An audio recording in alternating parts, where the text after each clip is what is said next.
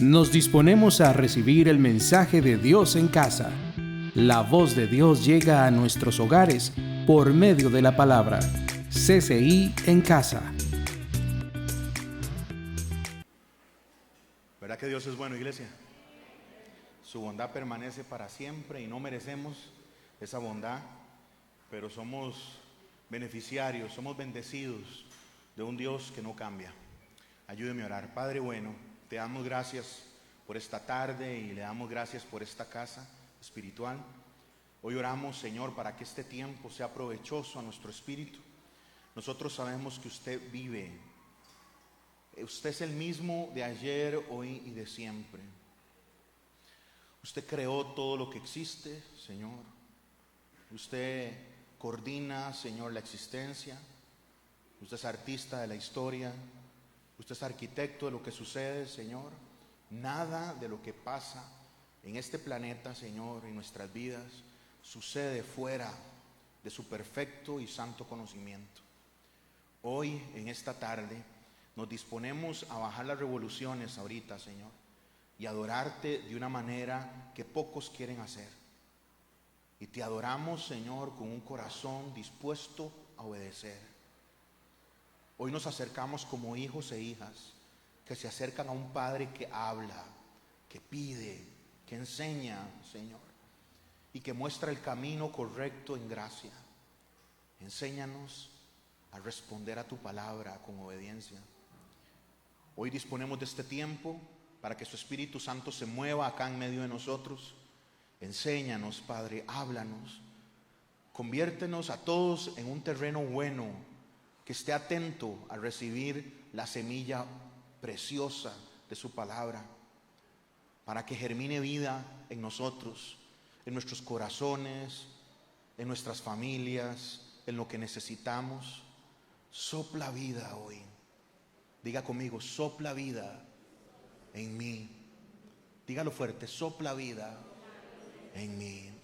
En el nombre de Jesús, amén. Y el pueblo dice, amén. Abramos nuestras Biblias, iglesia, en la carta a los Hebreos, en el capítulo 3. Gracias, Katy.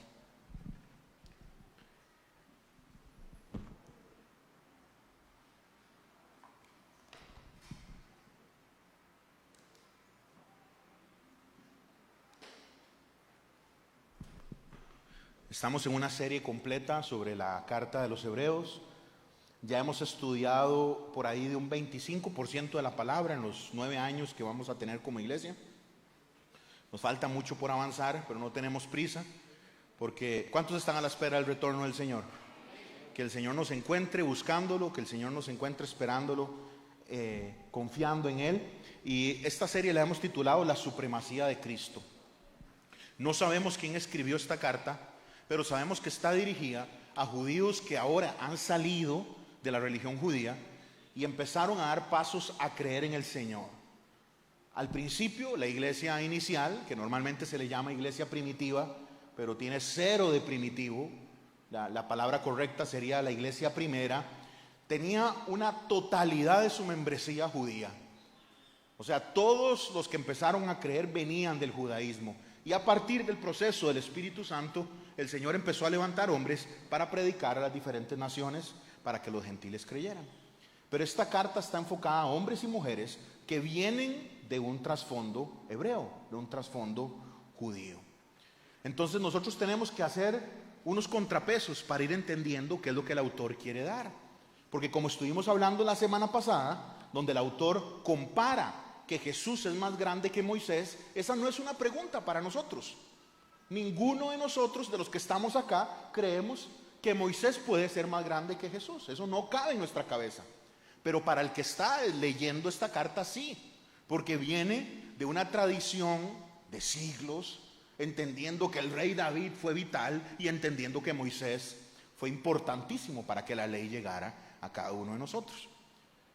Entonces, cada vez que estamos viendo un pasaje, tenemos que agarrar y desempolvarlo y tratar de entender qué es lo que el Señor nos está dando. El punto de partida es el siguiente. Ay, mira, no les entregué el bosquejo. Qué pena. Acá, ahí detrás de esa cosa negra está mi maletín. Por ahí lo puse y están adentro. Ahí los servidores nos van a ayudar. Exactamente ahí. Y entonces el punto de partida es Lucas capítulo 22, verso 20. Dice lo siguiente, creo que en pantalla, ahí está, excelente, gracias Maco. En pantalla lo pueden seguir mientras le llega el bosquejo. De igual manera, después que hubo cenado, tomó la copa. Y ahora al final vamos a recordar este momento. Diciendo, esta copa es el nuevo pacto en mi sangre que por ustedes se derrama. Y Jesús en ese aposento alto, hace 2000 años, establece la única forma en la que usted y yo hoy podemos llegar al Señor. La única forma en la que llegamos a Dios es a través de la sangre del Cordero. Es cuando alguien cree que la obra de la cruz es suficiente para salvar, y eso es lo que justifica a una persona para poder llegar a Dios. Antes las reglas eran distintas. Antes había una serie de procesos que había que hacer para poder llegar a Dios. Había que cumplir una serie de rituales. Había que tener ciertos rangos. Los sacerdotes hacían ciertas cosas, los levitas hacían otras, y entonces eso era necesario cumplirlo para poder llegar a Dios. Pero hace 2000 años, antes de que Jesús fuera al madero, Él establece la nueva forma, el nuevo trato, el nuevo contrato. Teológicamente se llama el nuevo pacto. La única forma en la que un pecador o una pecadora puede llegar a estar de pie delante de Dios es a través de Jesús. ¿Cuántos dicen amén? Nosotros tenemos una religión completamente exclusiva y usted nunca tiene que preocuparse ni disculparse con los demás. La Escritura dice que solo hay una forma para llegar a Dios. Yo soy el camino, la verdad y ¿qué? Nadie llega al Padre si no es por mí. No hay nada más exclusivo que el cristianismo. No hay otro camino, no hay otra forma en la que un pecador pueda estar delante de Dios. Porque todos los que han sido paridos, hombres y mujeres, todos excepto uno, Jesucristo, todos somos pecadores. Y todos nos hemos hallado cortos. Cuando nos midieron, la altura no dio lo necesario para que pudiéramos estar con el Señor. Entonces el hombre delante de Dios es culpable. Y culpable de muerte por su pecado. Y la única forma en la que sale libre de eso es a través del trabajo de Jesús en el madero. Entonces el escritor de Hebreos nos da una serie de advertencias. Y en las semanas anteriores estuvimos viendo que el escritor nos dice: no se deslicen, no pierdan el norte, no se desenfoquen. Yo sé que ustedes han sido adoptados, pero no se desenfoquen. Vean lo que vimos la semana pasada en Hebreos 3:6, ahí donde usted está. Hebreos 3:6 dice: pero Cristo como hijo sobre su casa, la cual esa casa somos nosotros, si retenemos firme hasta el fin la confianza y gloriarnos en ¿qué, hermanos? En la esperanza. O sea, esto solo lo puede hacer el que retiene dos cosas, como cantamos ahora con Mari: el que confía y el que espera en Él. Y hoy vamos a ver un pasaje que va a tratar de ampliar este concepto, porque el hermano que escribió Hebreos está preocupado de que la iglesia no entiende esto, y yo creo que esto es muy relevante para nosotros hoy en día. Les recuerdo algunas de las cosas que vimos la semana pasada, que es importante para unirlo al pasaje de hoy. Recuerde que usted pertenece a Dios, usted es de Dios, como le pongo en su bosquejo. Su vida pertenece a Él. Pedro dice: más bien sean ustedes santos en todo lo que hagan, como también es santo quien los llamó, pues está escrito: sean santos porque yo soy. Eso dice el Señor. Tenemos que caminar como Él caminó. ¿Cuál es la casa de Dios? Porque recuerden que el pasaje en el último que quedamos dice que la cual casa somos. Eso suena raro en la Reina Valera, ¿verdad? Por la forma en la que la Reina Valera está tratando de traducir el pasaje. Pero la NBI lo dice muy sencillo: y esa casa somos nosotros. Somos nosotros cuando confiamos y esperamos en Él. Ninguna iglesia, ningún edificio, ningún ministerio contiene o es la casa de Dios. Usted y yo ahora somos habitación de Dios. En otras palabras, podemos decir que Dios vive en los que confían y los que esperan en Él. Ahí es donde el Señor vive. Ahí es donde quedamos, hermanos. Abra su Biblia en el 3, verso 7. Por lo cual, como dice el Espíritu Santo, si ustedes oyeran su voz hoy, no endurezcan sus corazones como en la provocación, en el día de la tentación en el desierto, donde me tentaron sus padres, me probaron y vieron mis obras por 40 años. A causa de lo cual me disgusté contra esa generación y dije, siempre andan vagando en su corazón y no han conocido mis caminos. Por tanto, juré en mi ira, no entrarán, ¿en qué, iglesia? En mi reposo. Miren, hermanos, que no haya en ninguno de ustedes corazón malo de incredulidad para apartarse del Dios vivo. Antes, exhórtense los unos a los otros cada día, entre tanto que se dice hoy. ¿Verdad que hoy es hoy, hermanos? Hoy es hoy, es lo que está ahí. Mientras podamos seguir diciendo que es hoy, anímense los unos a los otros, para que ninguno de ustedes se endurezca por el engaño del pecado. Porque somos hechos participantes de Cristo, con tal que retengamos firme hasta el fin nuestra confianza del principio. Entre tanto que se dice, si oyeren hoy su voz, no endurezcan sus corazones como lo hicieron en la provocación. ¿Quiénes fueron los que habiendo oído le provocaron? ¿No fueron todos los que salieron de Egipto por mano de Moisés? ¿Y con quiénes estuvo él disgustado por 40 años? ¿No fue con los que pecaron, cuyos cuerpos cayeron en el desierto? ¿Y a quiénes juró que no entrarían en su reposo? Sino a aquellos que desobedecieron. Y vemos que no pudieron entrar a causa de ¿qué, iglesia? De su incredulidad. Entonces ya vimos una comparación que hace el autor en la que dice que Jesús es más importante que los profetas, que Jesús es más importante que los ángeles, que Jesús es más importante que la creación, que Jesús es más importante que Moisés la semana pasada. Y hoy vamos a ver una comparación más profunda que hace el autor con Moisés. En los pasajes anteriores, él hace un ejemplo medio raro, y él lo que dice es que así como el que construye la casa es mayor que el que la casa, imaginemos un proyecto constructivo, y aquella persona que desarrolla ese proyecto constructivo es más que la cosa que hizo, el dueño de la casa es mayor que el que la hace. O sea, aunque un constructor pueda sentirse feliz por lo que hizo, al final de cuentas la gloria no es del constructor, la gloria es del dueño de la casa. Entonces, el autor nos está haciendo esa comparación con Moisés. Él dice, Moisés fue algunos de los que construyeron, imaginemos este edificio, que es muy sencillo, unas cuantas columnas, un cerramiento y una cubierta. En otras palabras, los ticos le llamamos un galerón, ¿verdad? Levantamos columnas, hacemos un techo y unas cubiertas. Pero para que usted se lo imagine. Entonces alguien construyó esto y podemos decir, uy, qué chiva lo que construyó, la forma en la que lo hizo. O pensemos en un edificio con más detalle, qué bárbaro como lo construyó. Pero la gloria o el honor más grande no se lo lleva el que lo levanta, sino el dueño de la casa. Entonces el autor hace esa comparación con respecto a Moisés. Sí, Moisés fue importante porque él levantó parales, él hizo cosas, pero el dueño es Dios. Amén, hermanos.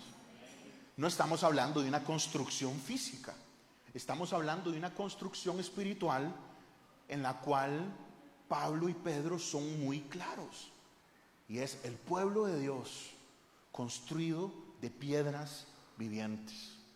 Un edificio que no está hecho de una materialidad como la que compramos en los depósitos. Un edificio que está hecho de personas que tienen una capacidad especial, y es que Dios vive en ellos.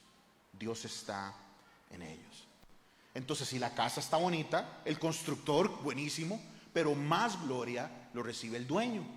Y ese dueño es Dios. Entonces el autor dice, el dueño vino. Anteriormente vino mensajeros, vinieron profetas, vinieron la ley a través de Moisés, pero ya Dios no mandó más mensajeros, sino que Él mismo se encarnó y vino a la historia. El dueño de la finca llegó, utilizando aquella imagen de la parábola de Jesucristo. Mandó mensajeros y los mataron. Y ahora el Señor dijo: voy a enviar a mi hijo, pensando que le iban a respetar, pero de igual manera los que tenían rentada la finca le dieron muerte al hijo del dueño. Pero acá el ejemplo que está dando el escritor de Hebreos es que el que vino es mayor que todos. El hijo es superior. Entonces yo les puse una imagencita ahí, que lo vamos a ver en pantalla, no la pude juntar en la copia, y voy a usar esto que me regaló Warner. Entonces, vamos a ver si se ve aquí. Entonces, él hace esta comparación. Hay una realidad. La realidad es que el pueblo está en esclavitud. Por 400 años el pueblo ha estado en Egipto. Entonces Dios decide hacer algo y levanta un libertador. Ese libertador es Moisés. Todos conocemos la historia. La respuesta del pueblo en un inicio es gozo, alegría, un montón de gente se une a esa idea, pero hay que leer unas cuantas páginas más para darnos cuenta que ese pueblo empieza a desconfiar. Hermanos, es tanta la desconfianza que toda esa generación se muere en el desierto. Toda la generación se muere en el desierto. Solo 2 hombres de toda esa generación logran entrar. Todos son enterrados en arena. Ninguno creyó. Dios actuó ante la realidad. Gracias, Maco. Y la respuesta del pueblo fue no creer. Y les voy a dar de una vez el punto central del mensaje de hoy. Bueno, no hay donde ocultarlo. El punto central es el tema del mensaje de hoy. No confiar es pecar. Yo sé que nosotros creemos que hay un montón de pecados horribles y tenemos un escalafón de pecados. Pero el pasaje de hoy nos quiere dejar claro que no creer, no confiar, incredulidad es pecar. Creo que me faltaba una idea ahí en el cuadrito. Porque el Señor, además de que envía un libertador, da una promesa. Y esa promesa para el pueblo judío era física. Era un lote. Era una nación.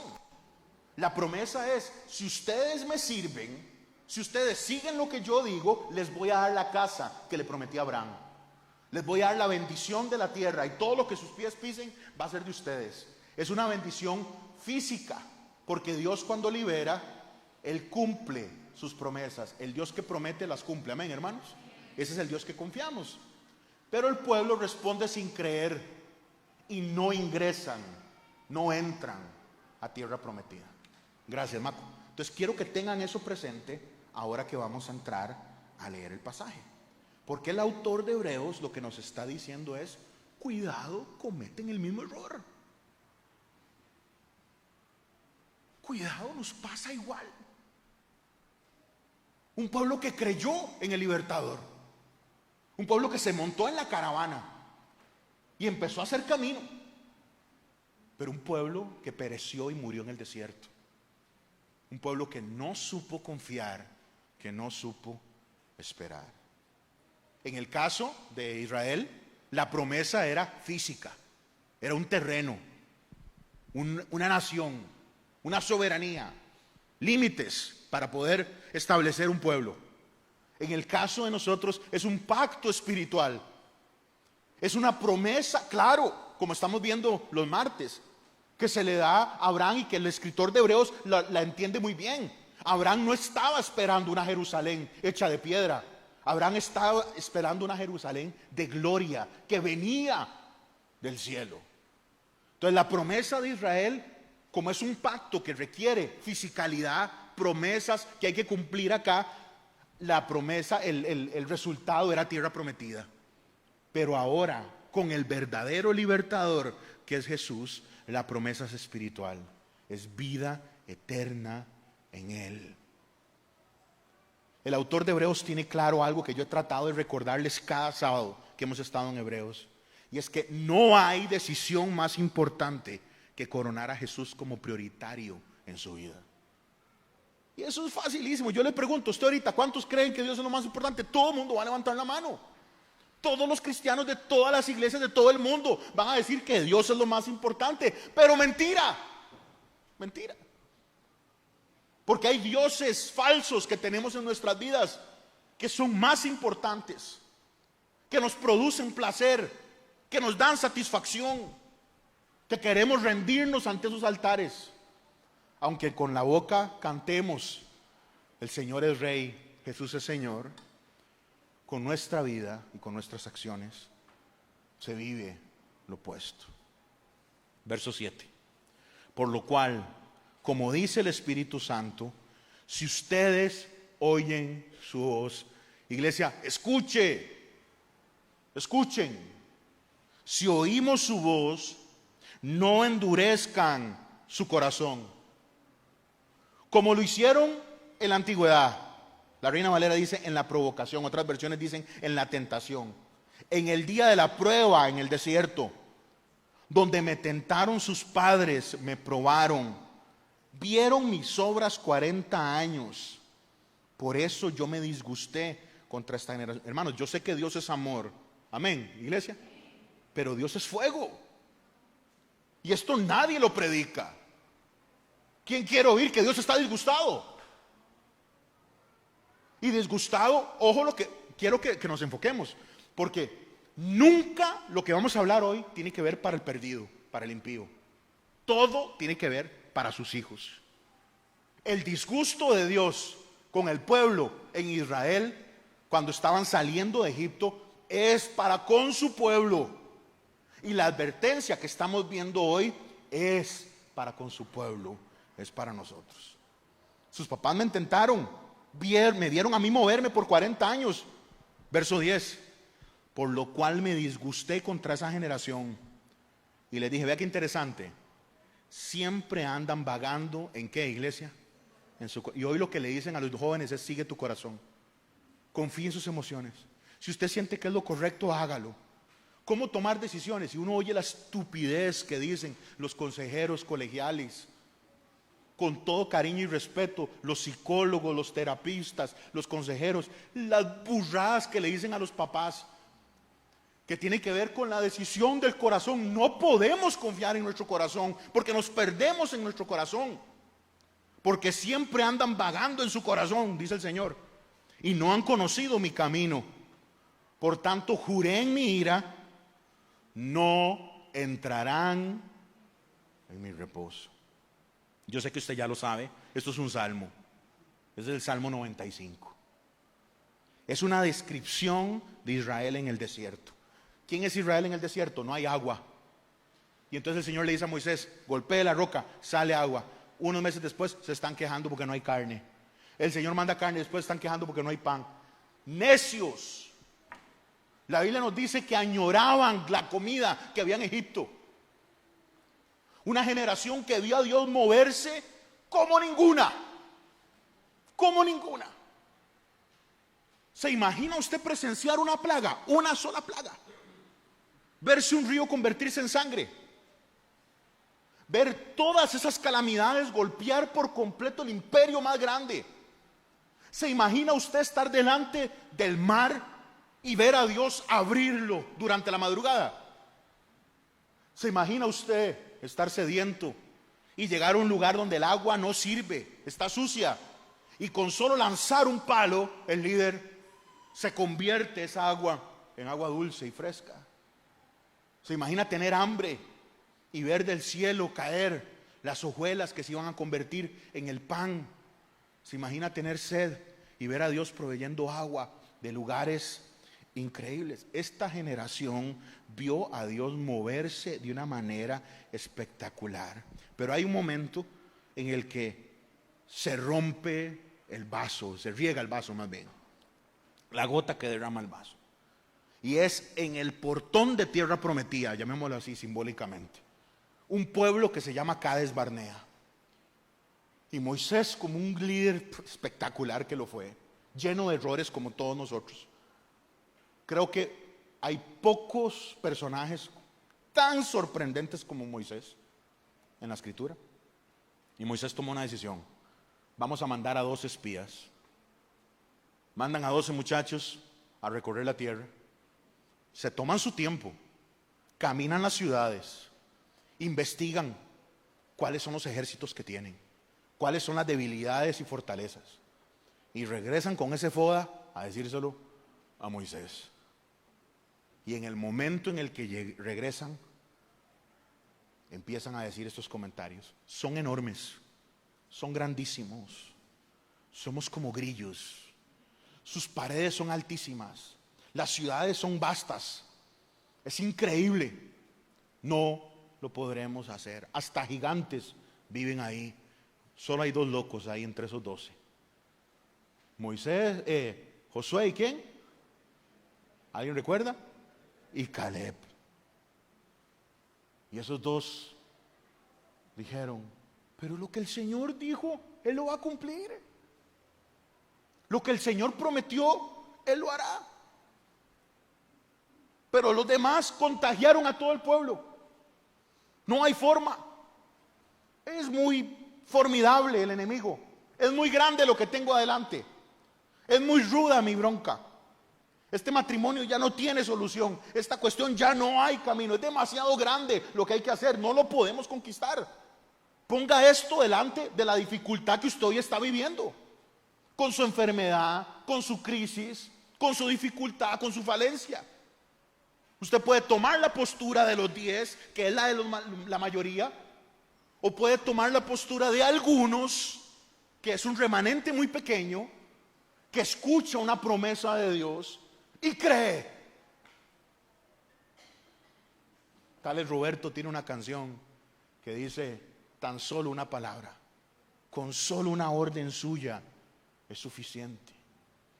Lo único que necesitamos, iglesia, es creer. Usted lo que necesita hacer es creer. Pero todo el pueblo se llena de incredulidad, una falta de fe, una desconfianza en el Señor, y por eso le pongo el nombre a este mensaje así: no confiar es pecar. Yo sé que para nosotros ser un corrupto, ser un ladrón es un pecado feo. Yo sé que alguien podría decir, los narcotraficantes están pecando feo, porque para poder hacer sus negocios tienen que matar gente, tienen que golpear gente. Alguien podría decir, el que se mete con la mujer ajena es un pecado feo, está destruyendo otras personas.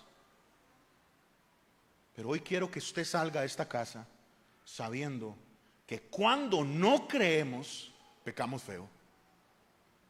Cuando no confiamos, pecamos. Verso 12.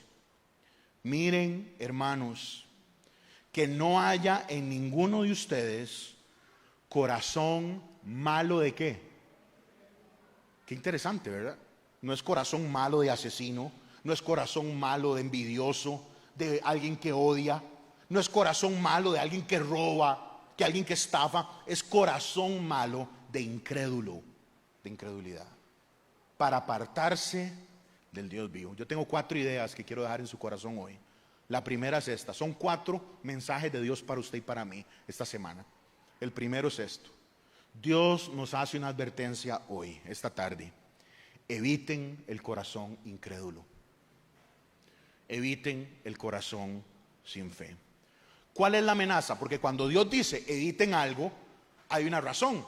Honra a tu padre y a tu madre, o sea, no sea un patán con sus padres, y da una promesa para el cumplimiento de eso. Y nosotros podemos ver en el decálogo que hay unos mandamientos que permiten la salud social, otros mandamientos que permiten la salud del relacional nosotros con el Señor, y hay un montón de mandamientos que tienen que ver cómo vivimos unos con otros y cómo vivimos nosotros con el Señor. ¿Cuál es la amenaza o la advertencia, el peligro que nos está diciendo el Señor? Ahí el mismo pasaje lo dice, el verso 12: que no haya entre ustedes corazón malo de incredulidad, para apartarse del Dios vivo. El que permite que incredulidad germine en su corazón está en el peligro de apartarse de Dios. Ya el escritor nos hizo una advertencia. La advertencia que nos hizo en el capítulo 2 es: no se deslicen. ¿Y qué hay que hacer para deslizarse? Nada. Para nosotros deslizarnos y perder el norte, simplemente tenemos que dejar de orar, tenemos que dejar de leer la palabra. Usted fácilmente falta a 2 cultos, 3 celebraciones, ya usted no ocupa la iglesia, porque ese tiempo usted lo va a usar en otras cosas. Entonces, conforme usted se va enfriando, usted va necesitando menos, como en cualquier relación. Eso es el peligro en el matrimonio. Como se empieza a enfriar algo y ya después es común que eso sea una situación sin calor. Pero Dios da la advertencia: eviten el corazón incrédulo, para que eviten apartarse de mí, dice el Señor, para que eviten apartarse del Dios vivo. ¿A quién les advierte esto? ¿Al impío? No, esta advertencia es para el Hijo de Dios. Vean la primera frase del verso 12: miren, hermanos, esta advertencia es para los hijos y las hijas de Dios, que en ustedes no crezca un corazón incrédulo, que en mí no crezca un corazón incrédulo, porque podríamos apartarnos de Dios. Hermanos son los miembros del cuerpo de Cristo, los miembros de la familia de Dios.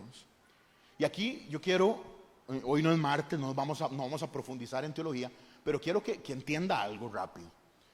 A uno siempre, cuando uno comparte papelitos y me toca a mí dar seminarios en otros lugares y hay papelitos de preguntas, hay preguntas que siempre se repiten. Alguien siempre pregunta por los dinosaurios, alguien pregunta por el arca de Noé, y alguien siempre pregunta si la salvación se pierde. Y esa pregunta es errada, no porque sea tonta. Es errada porque viene de una premisa equivocada.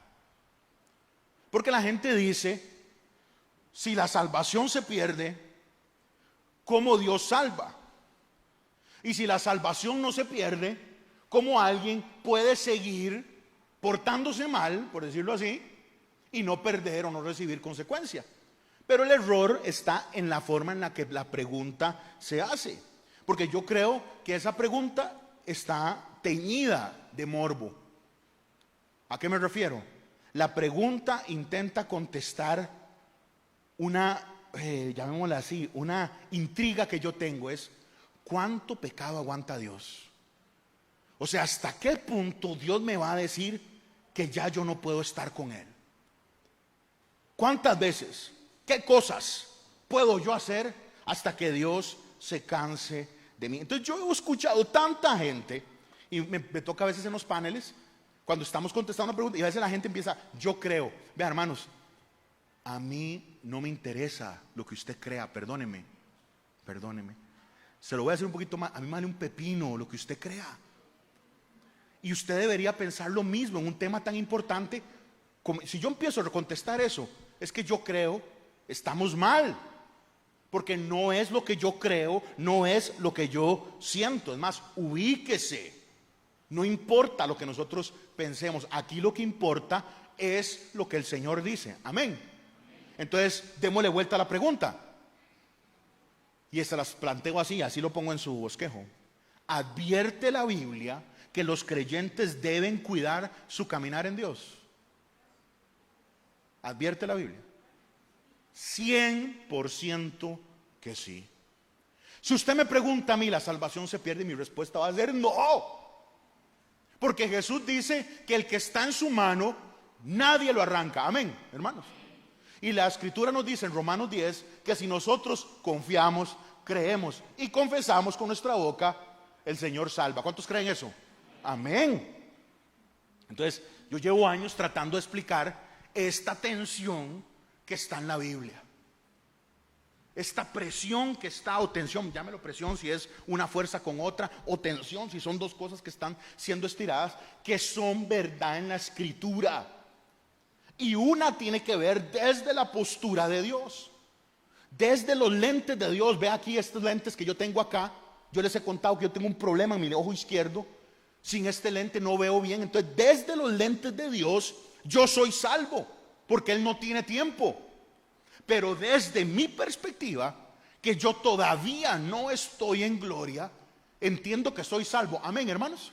ninguno de ustedes tiene que acostarse preocupado si es salvo o no. Si usted está en Cristo y vive en Él. Pero tiene que vivir mañana. Y mañana lo va a chocar un bruto allá afuera. Y mañana usted va a tener un problema con su jefe.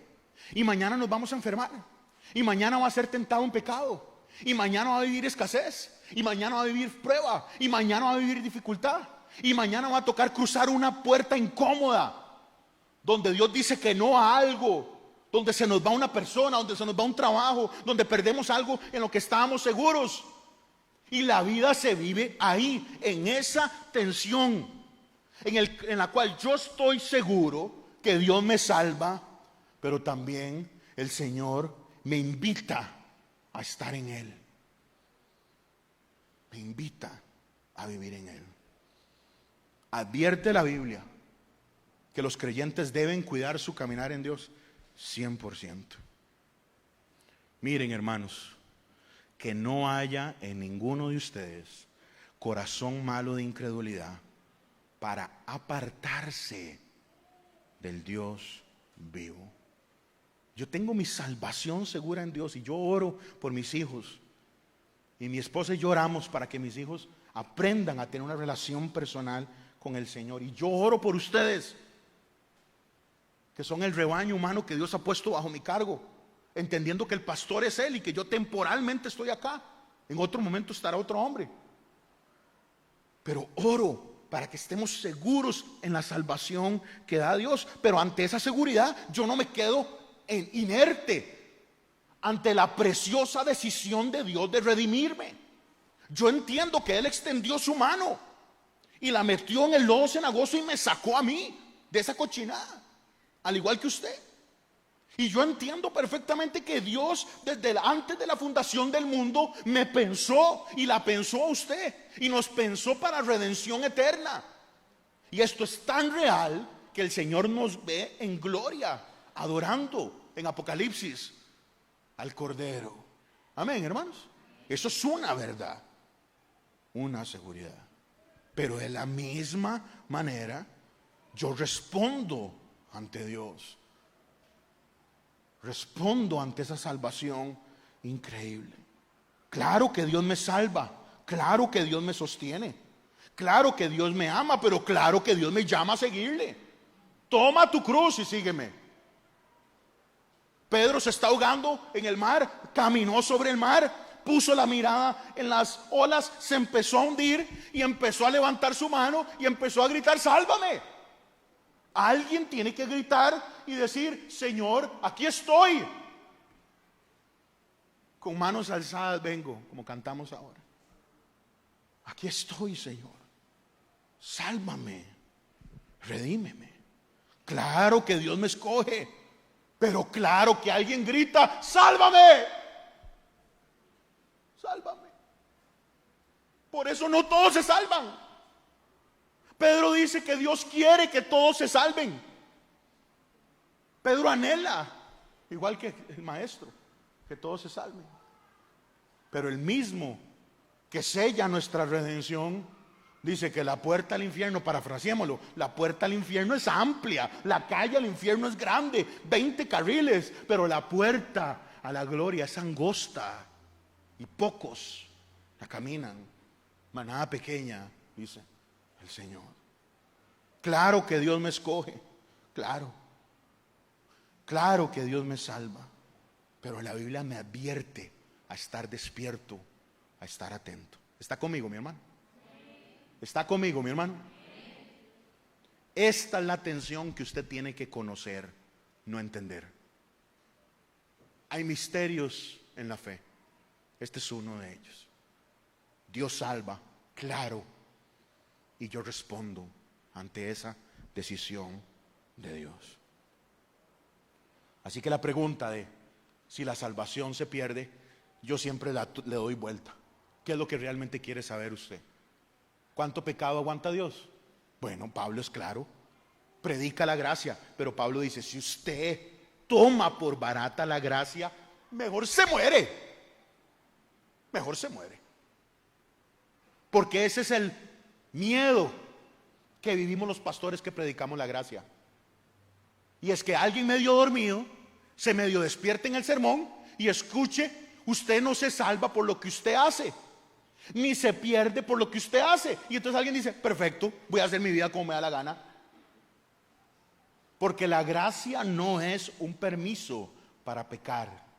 La gracia es un regalo que no podemos pagar y que respondemos en obediencia, en amor, y le voy a decir algo, en alabanza, en acción de gracias. Porque cuando decimos que somos salvos por gracia y no respondemos ante el Dios de la gracia, interpretando que la gracia es libertinaje, no hemos entendido. Y yo siempre voy a predicar la gracia, pero con un cuidado a nunca sonar como está bien pecar, está bien fallar, no pasa nada. El pecado es un tema tan serio, mi hermano. El pecado es un tema tan serio que Dios vino a solucionarlo con su sangre. Mi pecado es tan serio que Jesús vino a morir. ¿Usted cree que existe otra forma? Jesús en el Getsemaní, diciéndole al Padre: Padre, por favor, si hay otro plan, hay otro camino aquí, plan B, plan C, plan D. El Padre no contestó. Y Jesús, en obediencia perfecta, dice: que no se haga mi voluntad sino la tuya. El problema del pecado es tan grave que costó la vida del Hijo. Cuidado, un día nosotros creemos que gracia es un portón abierto para vivir el pecado. Gracia es una señal del Dios y el amor que tiene por cada uno de nosotros.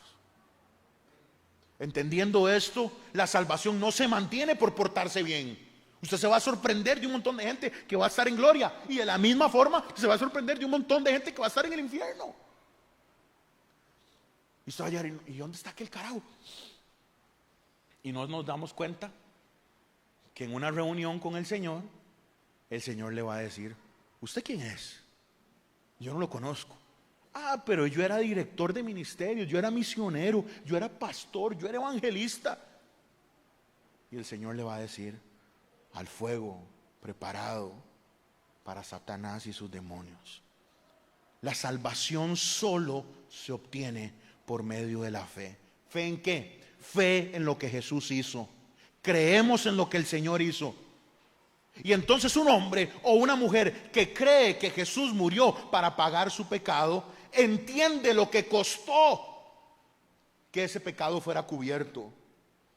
Entiende lo que pasó ahí. No es una decisión interesada, como diciendo: ah, bueno, si Dios está ofreciendo perdón, entonces yo me voy a hacer cristiano y voy a ver cómo recibo algo de lo que Él está dando. No, eso no es fe. Fe es cuando alguien vuelve a ver a la cruz. ¿Cuántas veces? 1001 veces he predicado esto, 1001 veces lo diré, porque yo quiero ser recordado como un hombre que predicó el evangelio.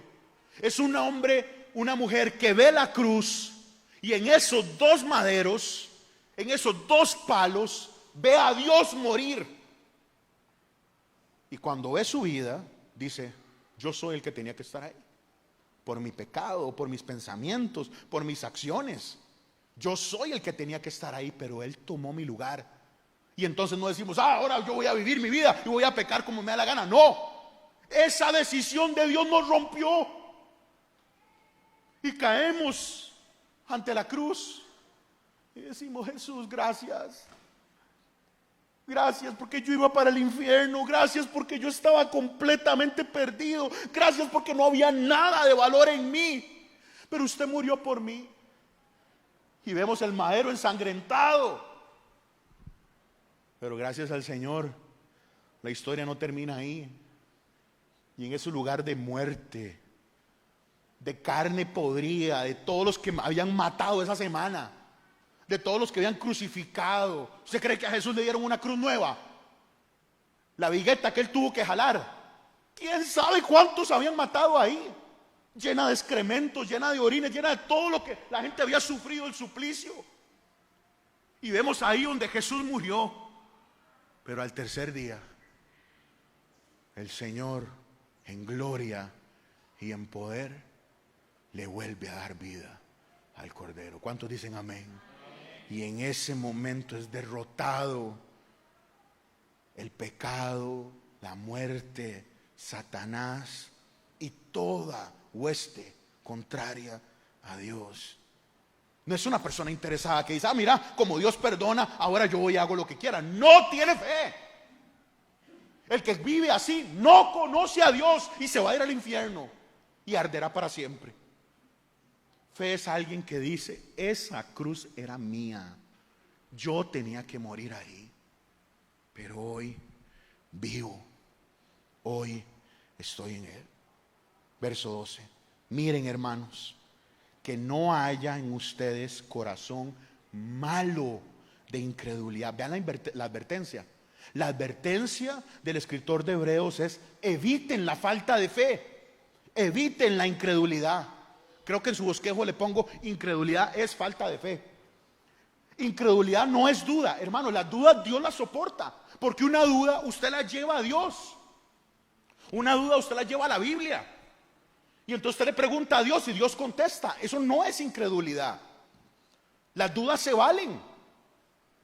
Juan el Bautista dudó, y Jesús dice que no ha habido un hombre más importante parido por mujer que Juan el Bautista. Pedro dudó, los discípulos dudaron, Pablo dudó, todo un montón de gente dudó, un montón de personas dudaron. La duda no es incredulidad. Las dudas las llevamos a Dios y en la presencia de Dios se resuelven. Incredulidad no le interesa resolver nada, quiere aferrarse a no creer. Incredulidad es una decisión, hermanos, y es una decisión a rechazar la fe. Es la elección de justificar el rechazo a creer.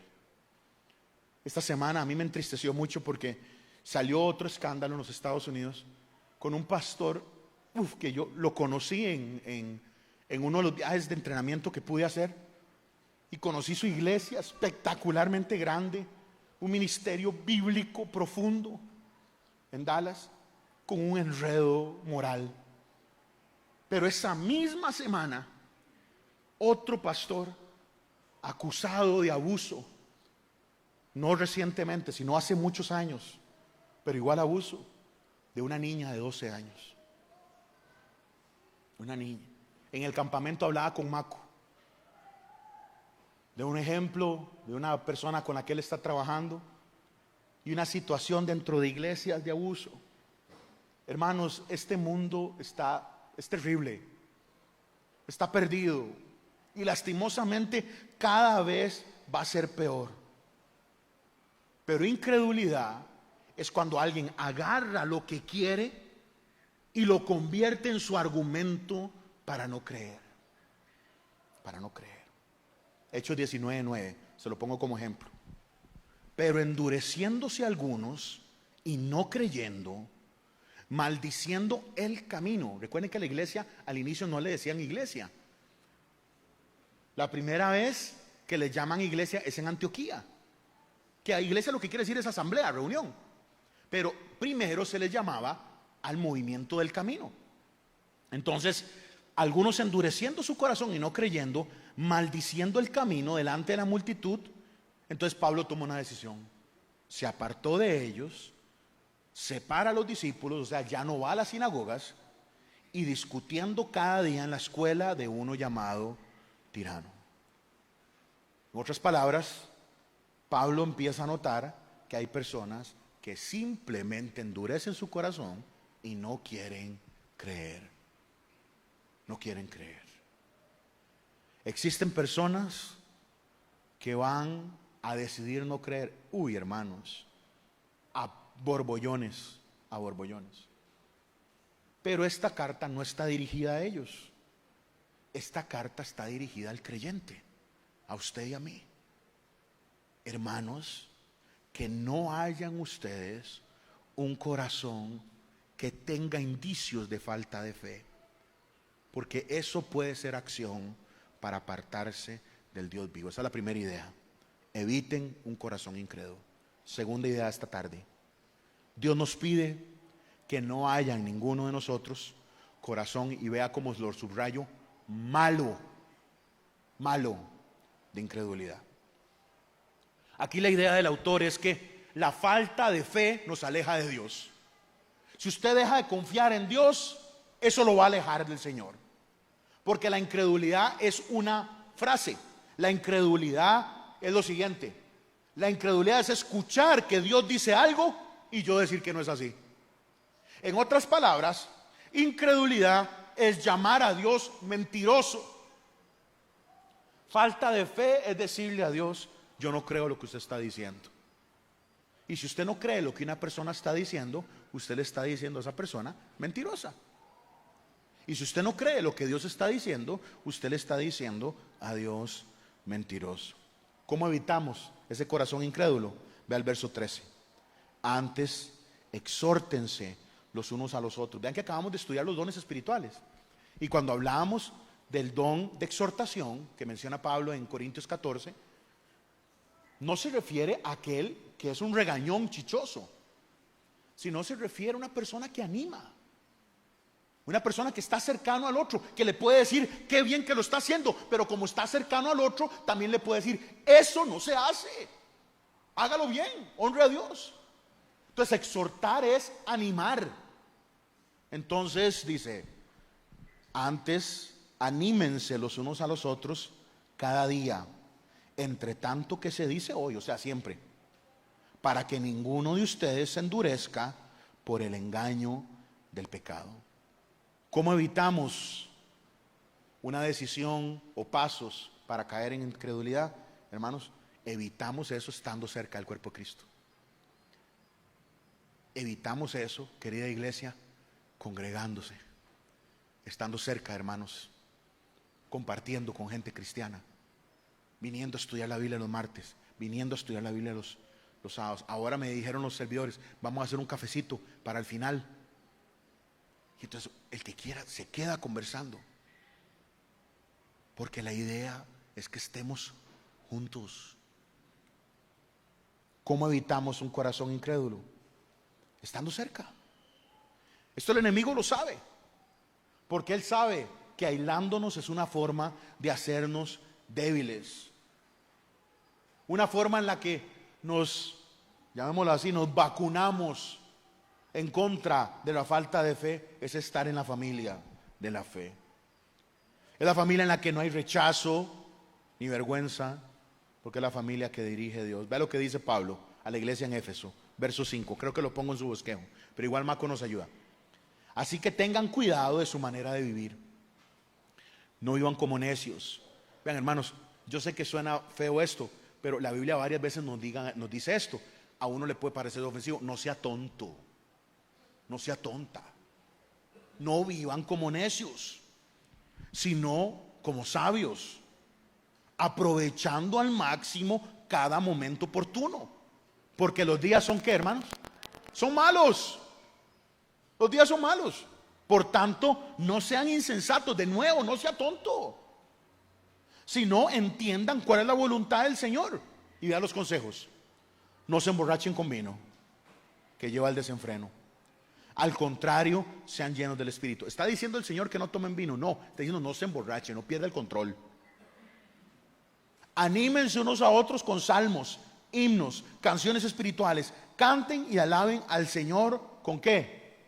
Con el corazón, dando siempre gracias a Dios el Padre por todo, en el nombre de nuestro Señor Jesucristo. Verso 21. Sométanse unos a otros con reverencia. ¿A quién, hermanos? Nadie puede cumplir esto solo. Nadie. Dios nos salvó para que caminemos en comunidad. Dios no salvó a ninguna persona para que camine solo. No permita que el enemigo lo aísle. Sea celoso del horario de Dios. Saque el tiempo para el Señor. Priorice el tiempo para Dios. Primera advertencia: eviten el corazón incrédulo. Segundo, no permitan que se forme en nosotros un corazón malo. ¿Cuál es un corazón malo? Como lo describe el autor ahorita, guiado por el Espíritu Santo. Es un corazón incrédulo, un corazón con falta de fe. Tercero, no se desconecten. Antes exhórtense los unos a los otros para estar bien. Idea número 4. verso 14. Porque somos hechos participantes de Cristo, con tal que retengamos firme hasta el fin nuestra confianza. ¿De qué? ¿Confianza de qué, iglesia? ¿Cómo dice la palabra? ¿Del qué? Del inicio. ¿Están en la palabra, hermanos? ¿Sí? ¿Tienen la Biblia? Ok. Porque somos hechos participantes de Cristo, con tal que retengamos firme hasta el fin nuestra confianza del principio. ¿Verdad? Está jugando con las palabras. Lo perdemos cuando se traduce al español. Pero es que nosotros podamos llegar hasta el final bien. Bien, como en el momento en el que nos topamos con el Señor. Eso nos da la cuarta idea. La cuarta idea es sencilla: perseveren, manténganse, retengan firmes lo que tienen hasta el fin. Y yo cada día me doy más cuenta de esto. ¿Cuánta gente empezó la carrera? ¿Cuánta gente empezó rapidísimo, con un impulso increíble? ¿Cuánta gente quería hacer un montón de cosas? Vinieron, yo aquí lo he visto por años. Yo quiero hacer, yo voy a hacer, voy a inventar, vamos a hacer lo otro. Hermanos, y no soportan, no aguantan el primer temporal, no aguantan la primer prueba. Porque, hermanos, quiero que quede esto en su corazón: la fe que vence es la fe que persevera. Porque este mundo va a tener un montón de días malos. Esta prueba que vivimos nosotros es de perseverancia. Entonces el Señor nos dice: advertencia, eviten el corazón incrédulo. Segundo, el corazón malo es la falta de fe. Tercero, no se desconecten, estén juntitos. Cuarto, sosténganse, perseveren. Ve al verso 15. Entre tanto que se dice: si oyeres hoy su voz, no endurezcan su corazón como pasó en el pasado. Ahí él está citando al salmista. Y el salmista acomoda ese evento como una provocación que se hizo a Dios. Otras versiones dicen rebelión. Verso 16. ¿Quiénes fueron los que habiendo oído le provocaron? ¿No fueron todos los que salieron de Egipto por la mano de Moisés? Es lo que le acabo de decir hace unos minutos. Los que no creyeron en la promesa vieron a Dios moverse. Por eso los milagros no son suficientes. Yo sé que los milagros son importantes y sé que muchos de nosotros estamos ocupando milagros. Pero mi amigo, los milagros no aseguran fe. Dios sanó a 10 leprosos, solo uno regresó. 10 fueron sanos, pero solo uno fue salvo. El milagro no asegura salvación. Yo sé que todos añoramos poder de Dios en un montón de cosas, y Dios lo va a hacer si es su voluntad. Pero esa generación que salió de Egipto vio las proezas más grandes. Es más, es mi opinión personal, yo creo que el mar abierto es el segundo milagro más asombroso de toda la Biblia, después de la resurrección. El hecho de que Israel cruzara el mar en seco, y en el momento en el que el último judío cruzó, el Señor decide cerrar de nuevo el mar y juzgar al ejército de Faraón, todos, absolutamente todos. Creo yo que es el segundo milagro más grande de toda la historia. Ahora piense, esa misma generación, en la noche había una columna de fuego. Hermanos, no era una fogatita. Hermanos, era una columna de fuego que llegaba al cielo en la noche. Y en el día una nube los cubría. Y cuando esa nube se movía, ellos seguían la nube. Como les dije anteriormente, tuvieron sed, el Señor proveyó. Su ropa no se desgastaba. Un montón de milagros. Fueron atacados por enemigos, el Señor los libró. Pero ver a Dios moverse con un poderío inigualable no fue suficiente para que creyeran. No fue suficiente para que... Y quiero que me entienda lo que el escritor de Hebreos nos quiere decir hoy. Todos se murieron. Todos. Sin ver tierra prometida porque no creyeron. Moisés no entró por su pecado. Caleb y Josué entraron por su fe. Todos los demás fueron enterrados en el desierto. Porque mi amigo, su trabajo, su tarea es creer, es confiar. Y Dios nos pide que perseveremos en esa fe, en esa confianza. ¿Quiénes fueron los que provocaron? Los que vieron a Dios moverse. Verso 17. ¿Con quién tuvo el disgusto 40 años? Con los que lo vieron a él moverse. ¿No fue con los que pecaron, cuyos cuerpos cayeron en el desierto?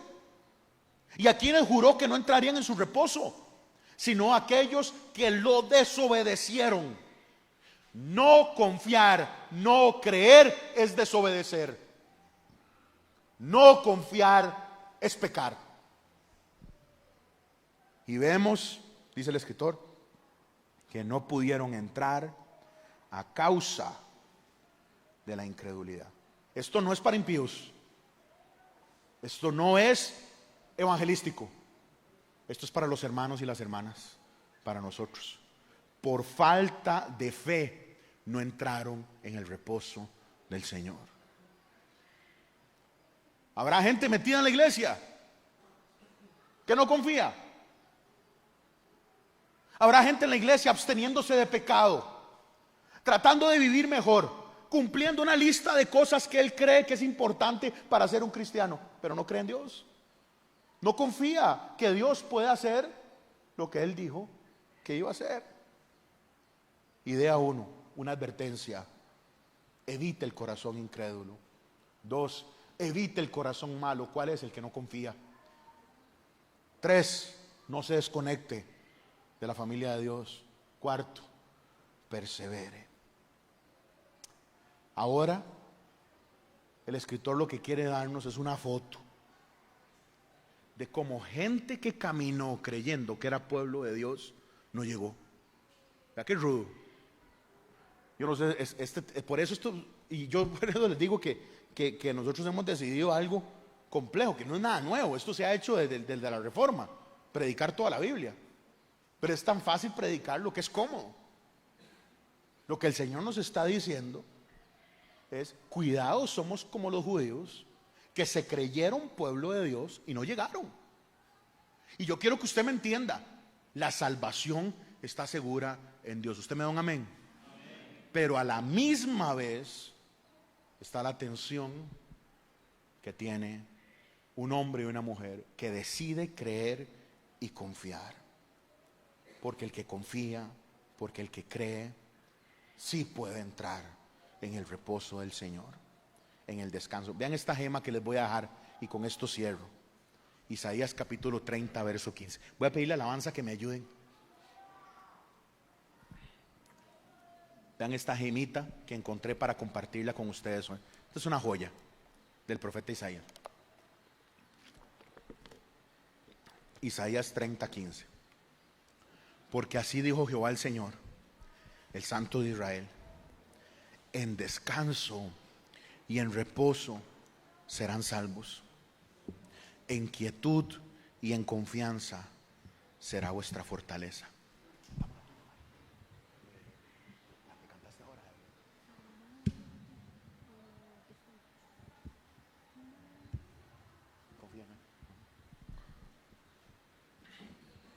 En el reposo que Dios da, iglesia, encontramos salvación. Pero mientras llegamos ahí, el descanso no es inerte, muerto o débil. Mientras llegamos ahí, no es una vida estéril esperando ahí: ah, Dios ya me ofreció algo y ahora yo voy a ver cómo llego ahí. No, es un descanso. Mi papá le llamaba un descanso activo. Es una confianza que nos hace movernos cerquita del Señor, a creer que el único lugar correcto es estar con la persona correcta, con el Señor. Es una confianza segura que da el reposo que solo el Señor da. Pero solo accedemos ahí, iglesia, creyendo. Solo en sus promesas. ¿Cuáles son sus promesas? Las que les imprimí yo en una hoja la semana pasada, la antepasada se las volví a dar. Que el que confiesa con su boca será salvo. Que Él le dio potestad a algunos de hacerse llamar hijos de Dios. El que cree. Juan 3:16 lo tenemos clarísimo. Pero alguien tiene que creer en la luz. Alguien tiene que salir de la oscuridad. Y alguien tiene que decir: Señor, lo que usted dice es suficiente para mí. Así que ahí con sus ojitos cerrados ahorita, en esta tarde que ya se nos está acabando esta celebración, yo quiero que ahora usted ponga su vida ante lo que estamos estudiando. Porque si estamos leyendo esto es para que impacte la forma en la que nosotros vivimos. Y hoy la advertencia es esta: yo sé que usted es un hijo y una hija de Dios, yo lo sé. Pero mi amiga, qué desperdicio de vida caminar en la fila del pueblo de Dios. Qué desperdicio de vida creerse parte de la familia de Dios. Y hermanos, y al final darse cuenta que no somos. Y yo no quiero que usted se vaya con miedo hoy a la casa. No, hombre, antes de irnos yo quiero asegurar que usted está fijo en Él. Pero mi amigo, una pregunta que debe hacerse usted hoy es si verdaderamente usted confía en Él. Porque ese es el tema hoy. Es una línea. Eviten el corazón incrédulo. Eviten la falta de fe. Hermanos, yo sé que todos vamos a tener dudas. Llevemos esas dudas a Él. Él las resuelve. Pero mi amigo, no permita que la falta de fe crezca en usted. Porque eso nos puede alejar completamente de Él. Esta canción que vamos a entonar ahorita es absolutamente pertinente para lo que hemos estado hablando las últimas 2 semanas. Es imprescindible que usted aprenda a confiar en Dios. Es imprescindible que usted aprenda a esperar en Él. No en los médicos, no en los abogados, no en los jueces, no en la cuenta bancaria, no en una medicina. Y todo eso es bueno, todo eso es buenísimo. Pero ese no puede ser su plan final. El pueblo de Dios confió en la comida, confió en el agua. En un momento en el que pensaron que Moisés se había muerto, hicieron una vaca dorada y empezaron a adorarla. El pueblo de Dios levantando ídolos, adorando otros dioses. Hoy la advertencia es: aprendan de Israel y aprendamos que Jesús es mejor que lo que hizo Moisés. Porque ahora podemos entrar, usted y yo, libres hoy acá. Podemos entrar directamente al trono de la gracia y pedirle al Señor que nos perdone y decirle al Señor: yo hoy quiero confiar, yo hoy quiero creer. Así que prepárese a cantar esto con nosotros.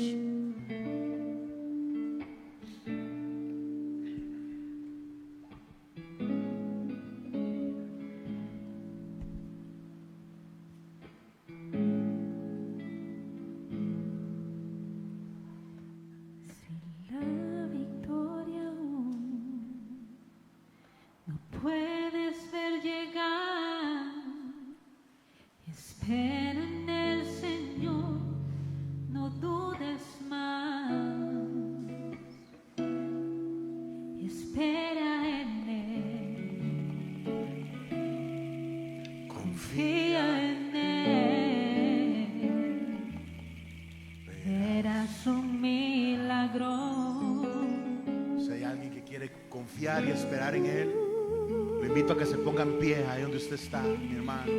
Siento dificultad, sientes que te olvidó. Espera en el Señor y confía. Espera en Él. Confía en Él. Confía en Él, verás un milagro.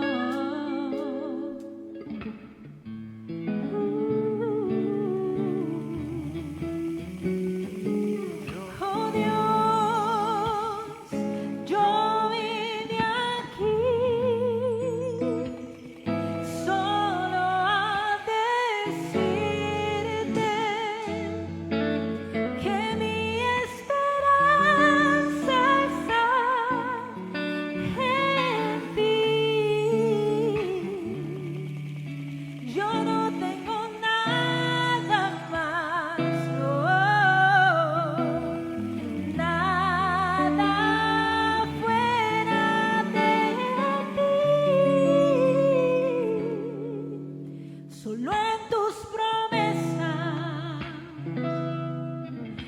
sin tus promesas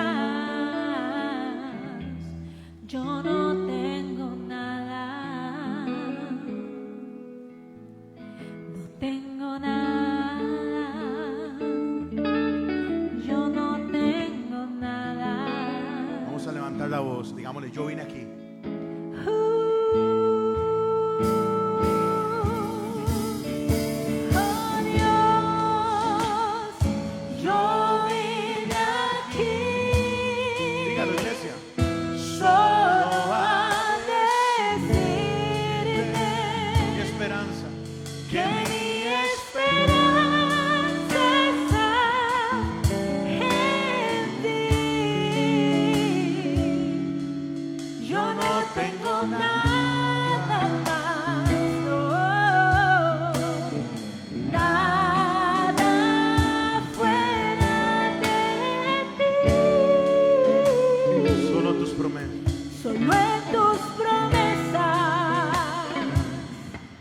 Pues sin tus promesas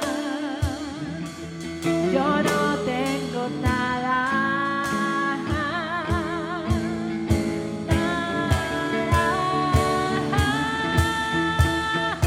Oh Dios, yo vine aquí solo a decirte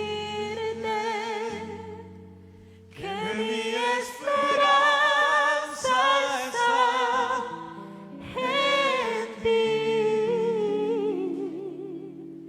Yo no tengo nada más, Nada fuera de ti.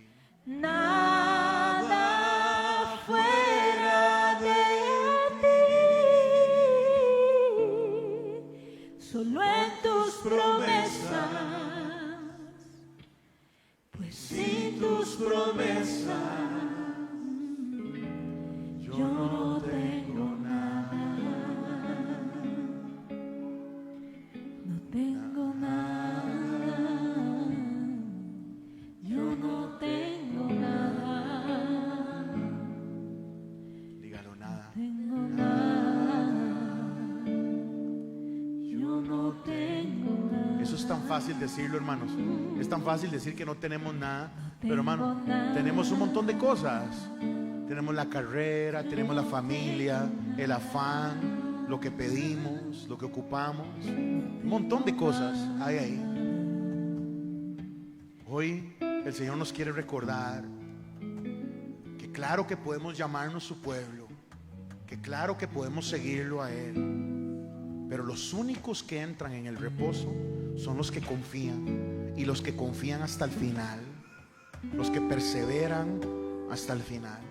Hoy los servidores van a llevar a cada uno de ustedes los elementos, el pan y el vino, y hoy es un momento espectacular para reafirmar nuestra fe en el único que salva, en el único que redime, en el único que es poderoso para salvar.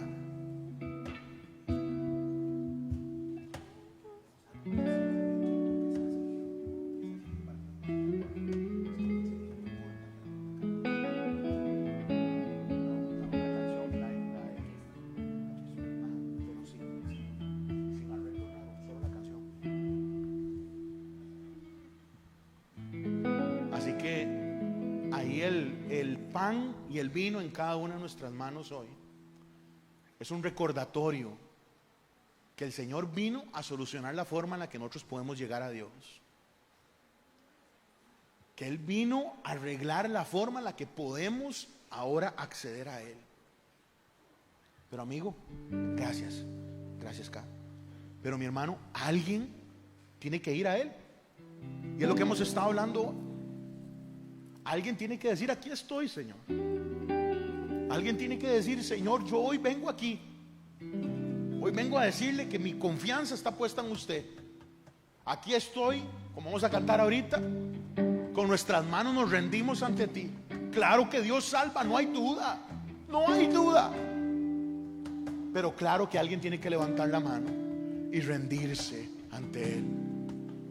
Y solo los que creen y perseveran hasta el final entran en el reposo de Dios. Solo esos pueden entrar.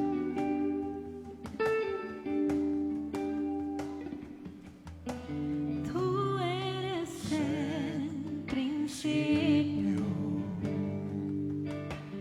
tuya es la eternidad. Alabemos al Señor, iglesia. Llamaste al mundo, existes, me acerco a ti.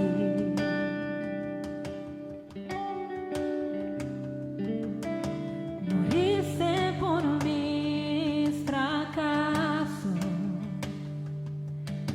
llevaste mi culpa en la cruz. Levante esa oración. Llevaste mi pecado. Llevaste tus hombros mi carga, me acerco a ti. ¿Qué puedo hacer?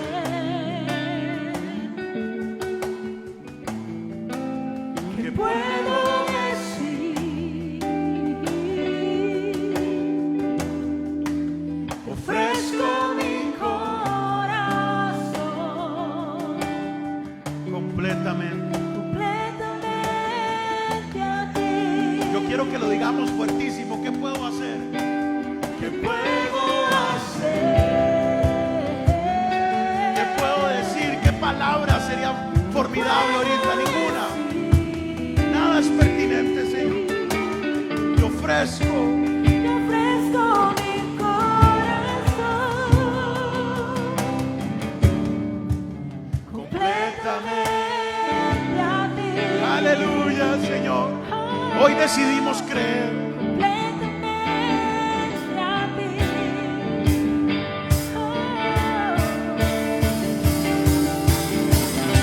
Aquí estoy con manos alzadas, vengo, pues tú todo lo diste por mí. Aquí estoy, mi alma a ti entrego. Yo soy, Señor. Aquí estoy. Aquí estoy. Aquí estoy.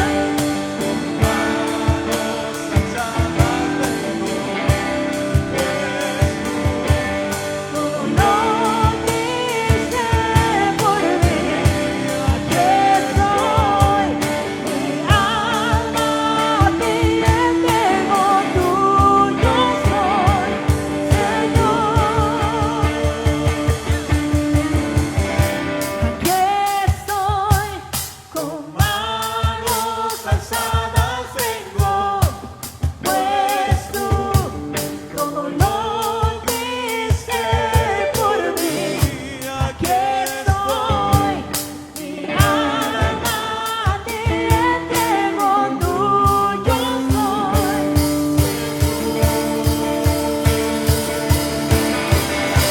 Aquí estoy, con manos alzadas vengo, pues tú todo lo diste por mí.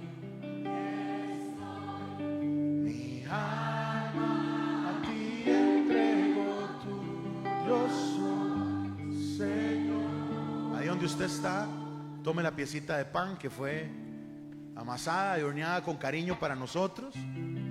Recuerden que el pan es símbolo. Jesús lo toma como una imagen de lo que Él es. Esta masa en algún momento fue una sola pieza y fue puesta al horno.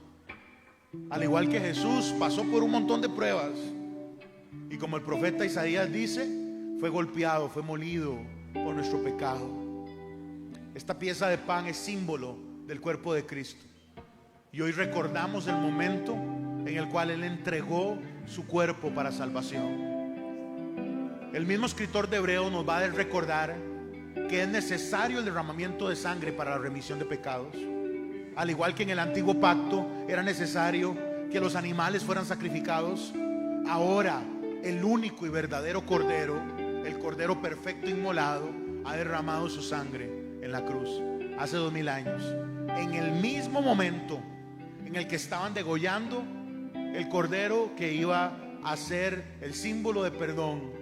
En esa noche, en esa tarde más bien, de la Pascua. Y se convierte Él en la sangre perfecta para el perdón de pecados y para la adopción a la familia de Dios. Si usted está en Cristo y vive en Él y ha confesado con su mente y con su boca y creído en su corazón que Jesús es suficiente para salvar, usted es hijo e hija de Dios. Ahora su trabajo es confiar que la obra de Dios es suficiente, pero también su trabajo es confiar que Dios cumple sus promesas. Señor, hoy te damos gracias porque usted prometió, Señor, desde el momento en el que Adán y Eva fueron tentados, que iba a venir uno de la simiente de Eva, un hijo de hombre, que iba a golpear y destruir en la cabeza al enemigo. Y a pesar de que el enemigo le iba a herir, esa acción iba a ser la derrota del plan de la oscuridad. Hoy te damos gracias porque hace 2000 años esa promesa inicial de Génesis capítulo 3 fue cumplida en el cuerpo de Jesús colgado del madero. Nosotros también sabemos que la Biblia dice: maldito todo aquel que cuelgue de un árbol, que cuelgue del madero. Y sabemos que Dios se hizo pecado. El que no tuvo pecado en el Hijo se hizo pecado para que nosotros pudiéramos encontrar perdón a nuestro pecado. Señor, gracias. Dígale gracias a Dios en sus palabras, con sus propias palabras. Dígale: Señor, gracias por salvarme. Mi amigo, usted estaba perdido. Mi amiga, estábamos perdidos. Y el Señor nos ha salvado para siempre, para siempre. Señor, gracias. Hoy recordamos la forma en la que usted nos salvó. No hay nada que podamos hacer, no hay nada que podamos decir. Hoy lo que decidimos hacer es creer. Gracias por salvarnos. Gracias por salvarnos. Comamos, iglesia.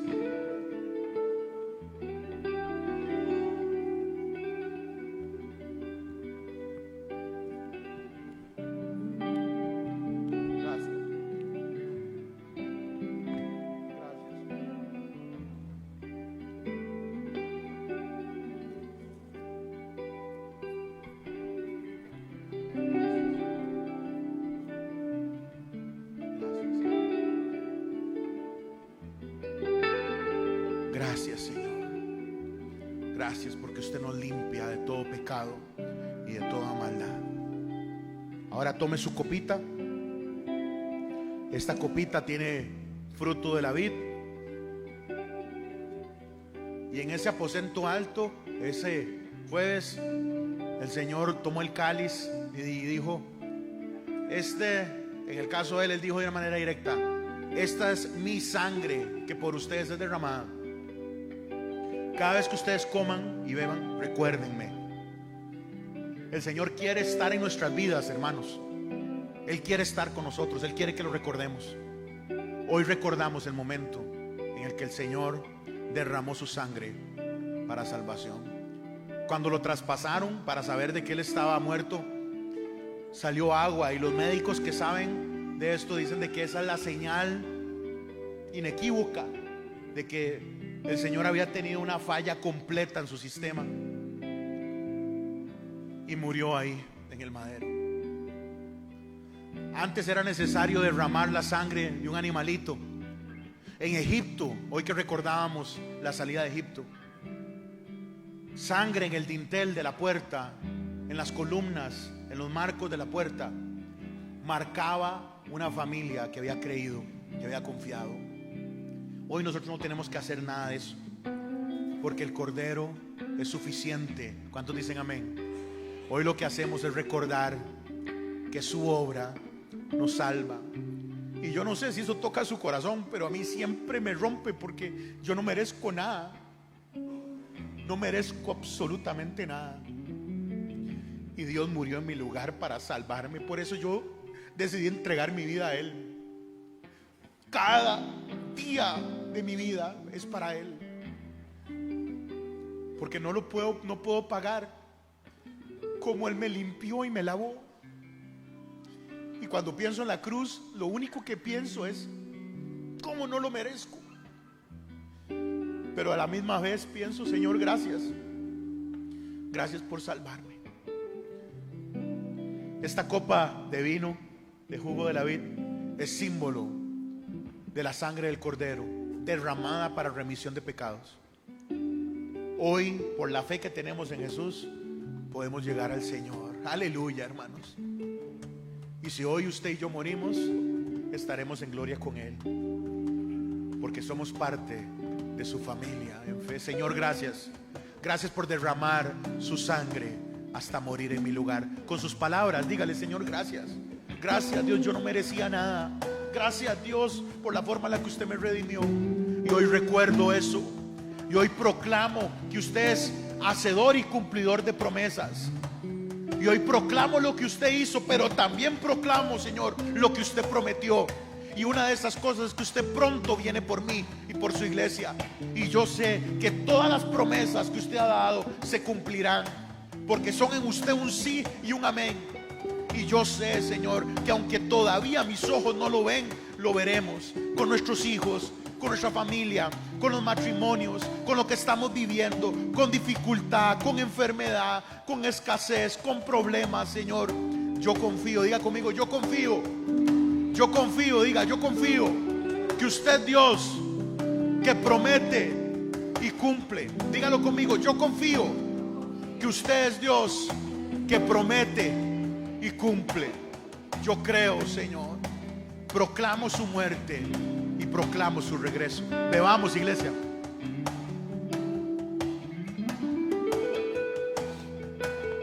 Digámosle una vez más: ¿qué puedo hacer? ¿Qué puedo hacer? ¿Qué puedo decir? Puedo decir,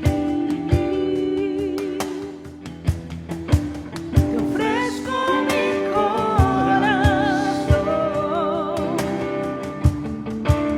completamente a ti. Una vez más, ¿qué puedo hacer? ¿Qué Puedo hacer, Decido creer, Señor, y me despojo de toda incredulidad. puedo decir, Quítame toda falta de fe hoy, Señor. Me ofrezco. te ofrezco mi corazón Completamente. a ti. Aleluya. Y vengo a ti, Señor. Venimos a ti como iglesia, Señor. Aquí estoy con manos alzadas, vengo, pues tú todo lo diste por mí. Aquí estoy, mi alma a ti entrego, tuyo soy, Señor. Aquí Estoy con manos alzadas, vengo, pues tú todo lo diste por mí. Aquí estoy, mi alma a ti entrego, tuyo soy, Señor. diga, tuyo soy, Tuyo soy, Señor. una vez más, tuyo soy. Tuyo soy, Señor. Padre, hoy clamamos para que quites de nosotros toda falta de fe. Mi hermano, entregue hoy al Señor toda desconfianza, toda incredulidad, toda falta de creer en una promesa de Dios. Y hoy, Señor, te pedimos, aumenta nuestra fe, Señor.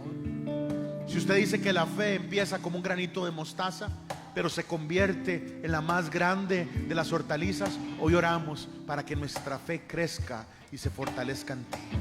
Gracias, Señor. Pueblo de Dios, levante sus manos si quiere hacerlo conmigo. Padre, yo envío a tu pueblo en paz. Hoy lo bendigo con la bendición que usted nos da como hijos suyos. Abre camino, Señor, que la bendición del Padre, del Hijo y del Espíritu Santo esté sobre nosotros. Padre, haz resplandecer nuestro rostro con tu gloria, Señor. Abre camino, Señor. Abre puertas, Señor, que esta semana podamos verlo a usted moverse en un montón de áreas, Señor. Gracias, Señor, porque usted es bueno. Gracias porque usted me salva. Y gracias porque usted me invita a creer. Hoy oramos para que podamos ser una generación que confía en ti y no como la generación que murió en el desierto. Queremos ser una generación de hombres y mujeres que crea tus promesas y no los que mueren sin entrar a su reposo. Hoy oramos, Señor, para que esta semana podamos ejercitar nuestra confianza y nuestra fe, y que al final de la carrera podamos encontrar el descanso que solo usted da. Israel estaba esperando tierra prometida. Nosotros esperamos la gloria en ti.